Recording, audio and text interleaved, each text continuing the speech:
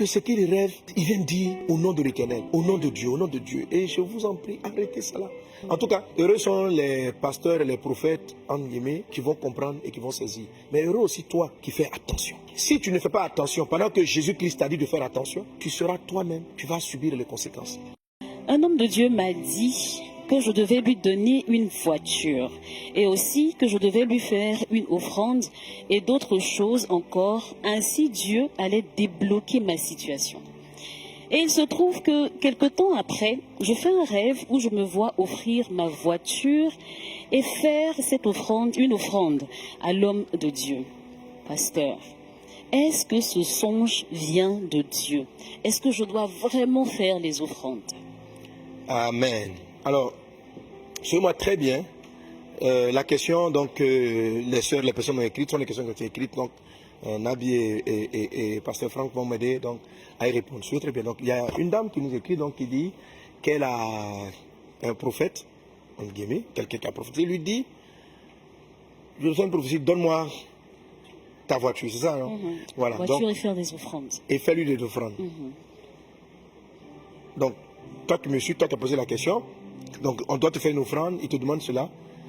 Apparemment, au départ, tu étais hésitant, tu n'as pas cru, jusqu'à ce que tu reçoives un songe dans lequel tu te vois offrir la voiture. Tu te vois offrir la voiture.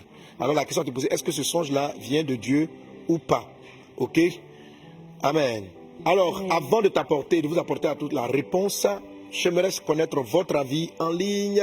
Qu'est-ce que vous pensez? Est-ce que le songe que la sœur a reçu, après avoir reçu une telle prophétie, est-ce que ce songe-là vient confirmer les dires du prophète, entre guillemets, ou qu'est-ce qu'elle doit faire? Pasteur Franck, what do you think? Qu'est-ce que tu penses? Et toi qui es en ligne aussi, dis-moi ce que tu penses. Je pense que si Dieu n'a pas parlé à la sœur, personnellement, il ne faudrait pas qu'elle s'hasarde dans cette offrande. Il ne faut pas qu'elle fasse l'offrande. Oui, parce qu'il faut qu'elle-même, là, qu'elle reçoive. Mais maintenant, elle a eu le songe. Est-ce que le songe n'est pas la voix de Dieu qui le lui dit? Papa, comme tu l'as dit, hein, on peut avoir des songes sur le fait de... Mais maintenant, comment elle va recevoir? Comment Dieu va lui dire maintenant que c'est ça ou c'est pas ça? Comment elle va savoir? C'est-à-dire que je pense qu'elle ne lui aurait pas donné si elle n'avait pas eu le songe. Maintenant qu'elle a eu le songe, pourquoi le songe n'est-il pas une preuve? En fait, sa question est, est-ce que le songe n'est pas la preuve que ce que le monsieur a dit est de Dieu? Bon, ça va partir de sa conviction. Si elle est convaincue. De la conviction. Oui. Nabi, what do you think? Qu'est-ce que tu penses? Papa, tu nous enseignais que les songes peuvent provenir parfois de nos émotions, de nos pensées. Peut-être qu'elle a tellement pensé à cette parole que l'homme de Dieu lui a donnée qu'elle a fini par avoir un songe là-dessus. Peut-être que ça ne vient pas vraiment de Dieu, mais je pense que si son songe vient de Dieu, le Seigneur va confirmer à travers sa parole ou à travers d'autres moyens par lesquels le Seigneur parle. Il va confirmer cette parole-là. Il va confirmer le songe qu'elle a eu pour qu'elle puisse poser l'acte. Mais je pense qu'elle doit chercher une deuxième, une troisième confirmation avant de poser l'acte. Pourquoi? Parce qu'elle n'est pas convaincue, quoi.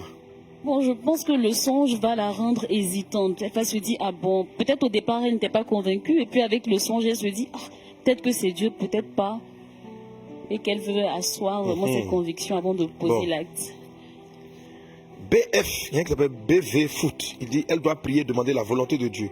Lydie Adou, qu'elle demande confirmation à Dieu au travers d'autres personnes. Donc, la plupart passent avec toi.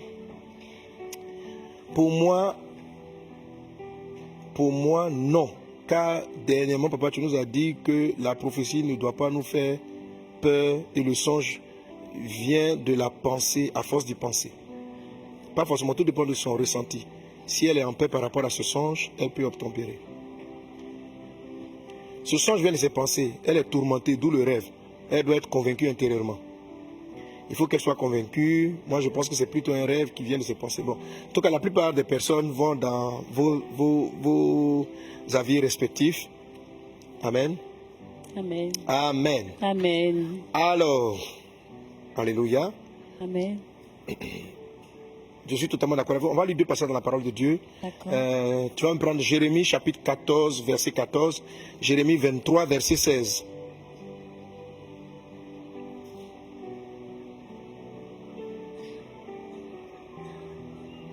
Jérémie 14, 14.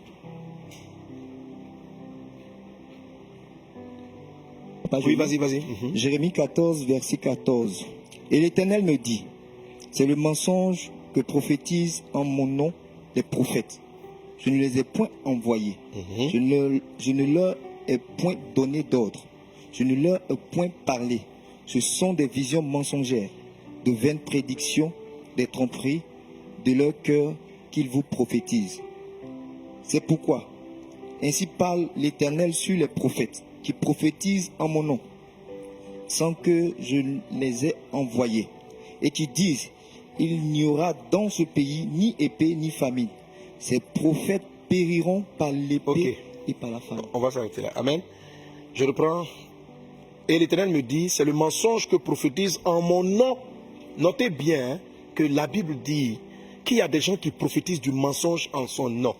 L'Éternel me dit, c'est le mensonge que prophétisent en mon nom les prophètes. Je ne les ai point envoyés. Je ne leur ai point donné d'ordre. Je ne leur ai point parlé. Ce sont des visions mensongères, des vaines prédictions, des tromperies de leur cœur qu'ils vous prophétisent. Amen. Amen. Amen. Amen. Alors ma fille, tu es victime d'un songe, d'une vision provoquée. Tu es victime d'un songe, d'une vision provoquée.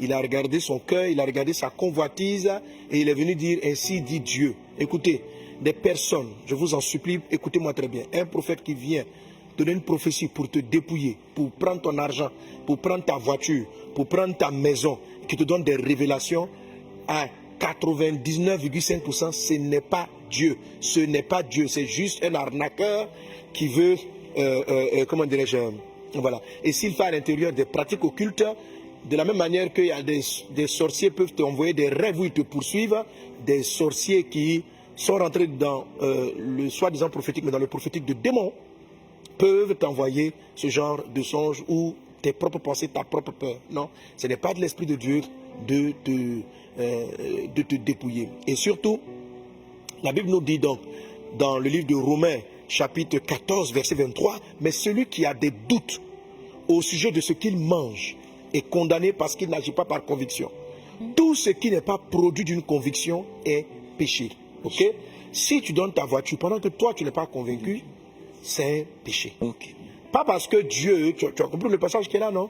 Pas parce que tu dois rechercher la conviction devant Dieu. Voilà. Un prophète correct ne peut pas te dire, quand tu dis, pasteur, j'ai entendu ce que tu m'as dit, je veux prier. Je ne suis pas convaincu. La Bible dit, n'ayez pas foi.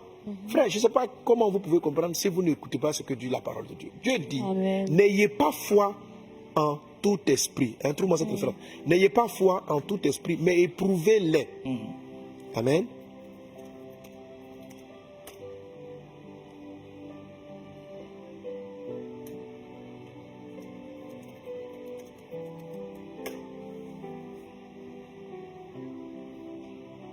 Oh, je te fais cette référence.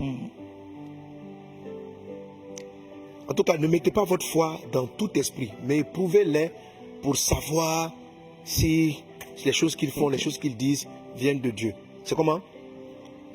1 Jean 4.1. Donne-moi 1 Jean 4.1. Bien-aimé, voilà, pardon. N'ajoutez pas foi à tout esprit, mais éprouvez les esprits pour savoir s'ils sont de Dieu. Ok? 1 Jean 4.1. N'ajoutez pas foi. Il dit pourquoi? Car plusieurs faux prophètes sont venus dans le monde. Frères et sœurs, est-ce que Dieu peut vous dire encore autre chose? Je ne sais pas pourquoi. Dès que quelqu'un vient vous dire ainsi par l'Éternel, malgré que Jésus ait dit, Dieu t'ait dit, n'ajoute pas la foi, ne mets pas ta foi, ne mets pas ta foi à tout esprit. Quelqu'un qui vient, j'ai vu un rêve, c'est un esprit qui lui a parlé, mais ce n'est pas forcément l'esprit de Dieu. N'ajoutez pas foi en tout esprit, mais éprouvez-les. Donc un chrétien, quelqu'un qui dit qu'il écoute la parole, si quelqu'un vient te dire ainsi par l'Éternel, et tu ne prends pas le temps d'éprouver, tu as péché. Amen. Amen. Si lui-même qui s'est dit prophète, dans l'instant tu veux dire je vais éprouver, il te dit tu es en train de douter. Voilà. Tu es en train de douter que le prophète a parlé. Tu veux remettre en cause. Ce qu'il dit même montre qu'il est animé d'un esprit d'orgueil, d'un esprit de vantardise, et d'un esprit. Tu es un homme qui peut te tromper. Tu es un homme qui peut te tromper. Donc, tu dois avoir, avec humilité, permettre aux gens d'éprouver ce que tu es en train de dire. Et de prouver l'esprit qui t'anime. Je vous en prie par les compassions de Christ, n'ajoutez pas foi à tout esprit. Ok? Amen. Lisons le deuxième passage. Jérémie 23, Oui. verset 16. Ainsi parle l'Éternel des armées. N'écoutez pas les paroles des prophètes qui vous prophétisent. Ils vous entraînent à des choses de néant. Ils disent les visions de leur cœur et non ce qui vient de la bouche de l'Éternel. Amen. Donc quand vous voyez des personnes se lever, c'est comme dans l'histoire des matchs actuellement. C'est-à-dire que ce qu'ils rêvent, ils viennent dire au nom de l'Éternel, au nom de Dieu, au nom de Dieu. Et je vous en prie, arrêtez cela. En tout cas, heureux sont les pasteurs et les prophètes, entre guillemets, qui vont comprendre et qui vont saisir. Mais heureux aussi toi qui fais attention. Amen. Si tu ne fais pas attention, pendant que Jésus-Christ t'a dit de faire attention, tu seras toi-même, tu vas subir les conséquences. Combien de personnes ont raté beaucoup d'aspects dans leur vie pour cela? Ok? Voilà. Amen. Amen. Que Dieu te bénisse. On va prendre une autre question.